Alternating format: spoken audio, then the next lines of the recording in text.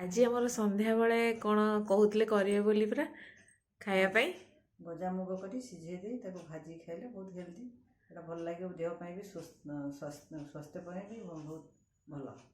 ଆଚ୍ଛା, ତ ଆଜି ଆମେ ଗଜା ମୁଗ ଆଉ ବୁଟର ଆଜି ନୂଆ ରେସିପି ଗୋଟେ ଦେଖିବା। ଚାଲନ୍ତୁ କିପରି ତିଆରି ହେଉଛି ଆଉ ତା ପାଇଁ କ'ଣ କ'ଣ ଦରକାର। ତ ମାମା ଏଠି ପ୍ରଥମେ କ'ଣ କରିଛନ୍ତି ନା ଯେଉଁ ଗ୍ରୀନ୍ ମୁଗ ଆଉ କିଛି ବୁଟକୁ ଆଗରୁ କ'ଣ କରିଛନ୍ତି ନା ବତୁରେଇକି ତାକୁ ଗଜା କରିଦେଇଥିଲେ। ଏବେ ତାକୁ ଅଳ୍ପ ଟିକେ ଲୁଣ ଆଉ ହଳଦୀ ଦେଇକି ତାକୁ 2ଟା ସିଟି ଦେଇକି ଭଲ ଭାବରେ ସିଝେଇ ଦେଇଛନ୍ତି। ଦେଖନ୍ତୁ କେତେ ବଢ଼ିଆ ଭାବରେ ଏଇଟା ପୁରା ସିଝି ଯାଇଛି। ତାପରେ ମାମା ନେକ୍ସଟ ପ୍ରୋସେସରେ କ'ଣ କରୁଛନ୍ତି ଦେଖି ନେବା ଚାଲନ୍ତୁ।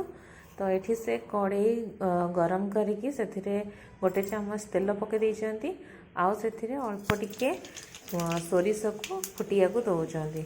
ତାପରେ କ'ଣ ହେଉଛି ନା ସେଥିରେ ସେ ଭୃଷଙ୍ଗ ପତ୍ର କିଛି ଛୁଙ୍କ ଦେବା ପାଇଁ ପକାଇକି ଭଲ ଭାବରେ ଫୁଟାଇ ନେଉଛନ୍ତି।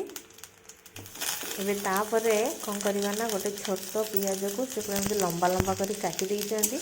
ଏବେ ତାକୁ ଭାଜିଦେବେ, ଅଳ୍ପ ସମୟ ଏଇଟା ଭଜା ହେବ। ତ ଏଇଟାକୁ ଆମେ ଭାଜି ନେବା, ଏବେ ମାନେ ହାଲକା ଲାଲ ହେବା ପର୍ଯ୍ୟନ୍ତ ଏଇଟାକୁ ଆମେ ଭାଜି ନେବା। ଆମେ ଯେହେତୁ ଏଇଟା କ'ଣ କରୁଛେ ନା ବହୁତ ହେଲ୍ଦି ଜିନିଷଟା ଖାଇବା ପାଇଁ କରୁଛେ, ତ ଏଥିରେ ଆମେ ବହୁତ କମ୍ ତେଲ ବ୍ୟବହାର କରୁଛେ। ସେଥିପାଇଁ ଗୋଟେ ଛୋଟ ଚାମଚରେ ସେ କମ୍ ତେଲ ପକାଇଥିଲେ।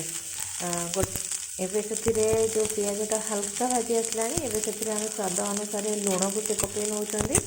ତ ଏବେ ଲୁଣ ପକାଇକି ଆଉ ଟିକେ ୟାକୁ ଭାଜି ନେବା, ଆଉ ଟିକେ ନରମ ହେବା ଯାଏଁ ୟାକୁ ଭାଜି ନେବା। ଆପଣ ଏଠି ଲୁଣ ଦେଖିକି ପକାଇବେ, କାହିଁକିନା ଅଲରେଡ଼ି ସିଝା ଯେଉଁ ହେଇଥିଲା ସେଥିରେ ବି ପଡ଼ିଥିଲା। ତ କେବଳ ପିଆଜ ପାଇଁ ଏଥିରେ ଅଳ୍ପ ଟିକେ ଲୁଣ ପଡ଼ିଲା।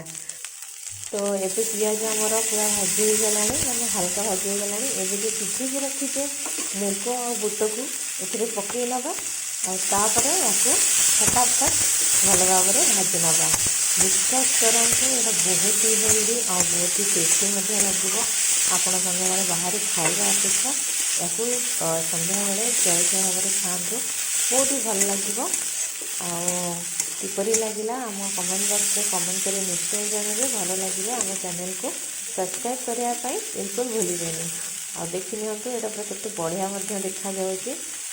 ତ ୟାକୁ ଏମିତି ପୁରା ଗରମା ଗରମ ପୁରା ଫ୍ରେଶଲି ଦେଇଦେବେ ଆପଣ ୟାକୁ ଖାଇବା ପାଇଁ। ଛୋଟ ପିଲାମାନେ ବି ଖାଇବା ପାଇଁ ବହୁତ ହି ପସନ୍ଦ କରିବେ। ତ ପୁଣି ଦେଖା ହେବ ଆମର ନେକ୍ସଟ ଭିଡ଼ିଓରେ। ଧନ୍ୟବାଦ।